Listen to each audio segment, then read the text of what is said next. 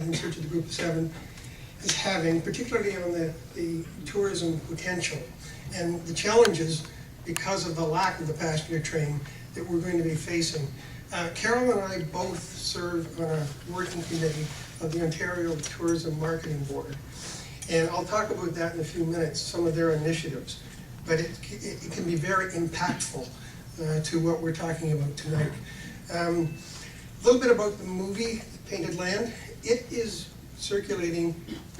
Hundreds of thousands of people across Canada have watched that movie. They've seen the history of the ACR. They understand and appreciate the value of it historically and culturally. The movie, in fact, tomorrow night, it's being screened at the National Gallery. I hope the Prime Minister is going to be there, but I'm not going to hold my breath. He does have the copy of the movie. I don't know if Mark Garneau does, but at any rate. And there's, for those of you that don't know, another movie has come out, the Lauren Harris movie, Where the Universe Sings, which also has a large segment in that about Algoma and the role that the train played. In fact, most of the scene is from the train. The Ontario Tourist Marketing Board,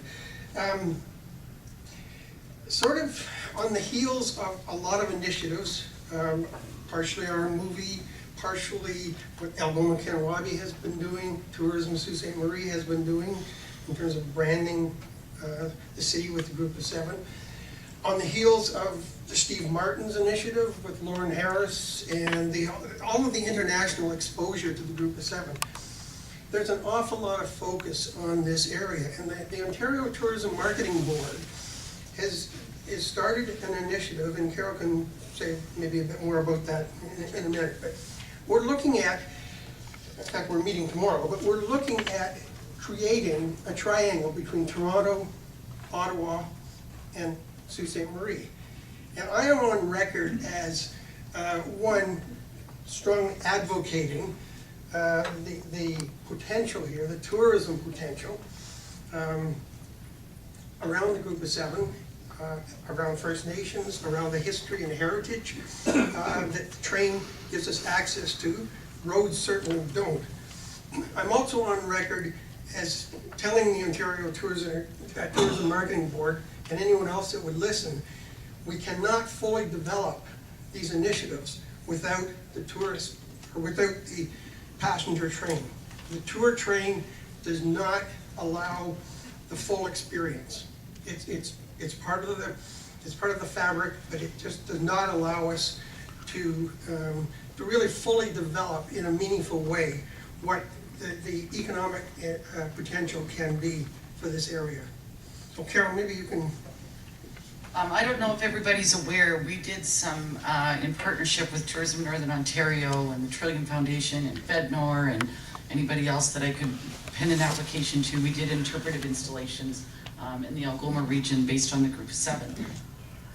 And that was to be the start moving forward with product development. One of the things that did impact me the most, and I've got to say, if you haven't seen the movie Painted Land, please do. I've seen it I think 5 times now, and every time I see it I cry. It does something for us in this region, particularly looking at target markets such as the GTA and the Golden Horseshoe.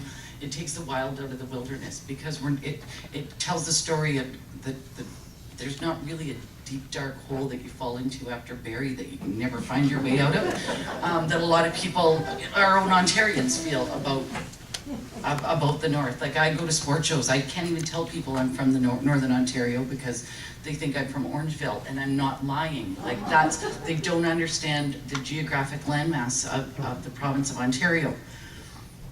Our tie to the Group of Seven from the provincial level, and where the Ontario Tourism Marketing Partnership Corporation is moving ahead with initiatives. Now everybody has to know their role in the big tourism picture. They're a marketing organization. They're really trying to put forward that they want to own the Group of Seven. There was so much done in the province of Ontario. Like, I mean, I always get mad because Tom Thompson's had to go friggin' died in Killarney and didn't die in Algoma, but that's beside the point. But it's a new consumer that we're trying to attract. Everybody knows we have absolutely fabulous natural resources when it comes to fishing and hunting and kayaking and canoeing and all of that kind of stuff. But to actually delve into touching the hearts and the souls of people through culture and tying the paintings on the wall to the landscapes that we're fortunate enough to call home. Like that's what we're trying to do and what this initiative is trying to do. Now I have something that Michael doesn't even know about, because there's one of the first initiatives that I almost died today when I was told this on a phone call, that one of the initiatives that they're moving forward with at OTMPC, the first thing out of the gate is going to be driving tours. And in order to attract those people in Southern Ontario that we try so hard to attract, and in the Ottawa area, the send-off point is going to be the McMichael Gallery, to come here and do a group of National Gallery in Ottawa. and the National Gallery in Ottawa. Well, this is the part you don't know.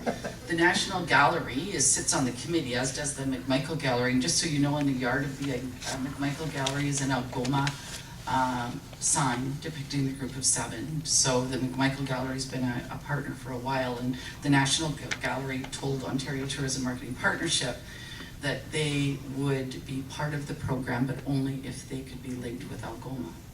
So that to me spoke volumes from our National Art Gallery. What happens is there still other sites that aren't along the line? Absolutely. Like, you know, you get into Naze Bay, or Naze Park, Provincial Park. I mean, Pick Island is world famous. Lauren Harris's painting, Steve Martin, the whole 9 yards. But so much of the product and the rationale behind the travels, the story has to be told along the rail line, because the group of 7 came to Algoma to heal from the beauty of our landscapes. And that's the story that is going to touch the core of people's hearts and bring them here and result in higher ridership on that their train. So it's all about the whole product development side. Fishing will always be our #1 industry for tourism in this region. I mean, it's #1, the highest spend by consumers, all that kind of stuff. I mean, it's the most important tourism product that we have. But this is reaching someone else, and it's someone new, and it's going to increase business, increase travel. People will learn and pass the word that we're not the wild, wild west. We're actually a wilderness full of beauty that will heal the very core of your soul when you come and visit. And that's kind of it for me.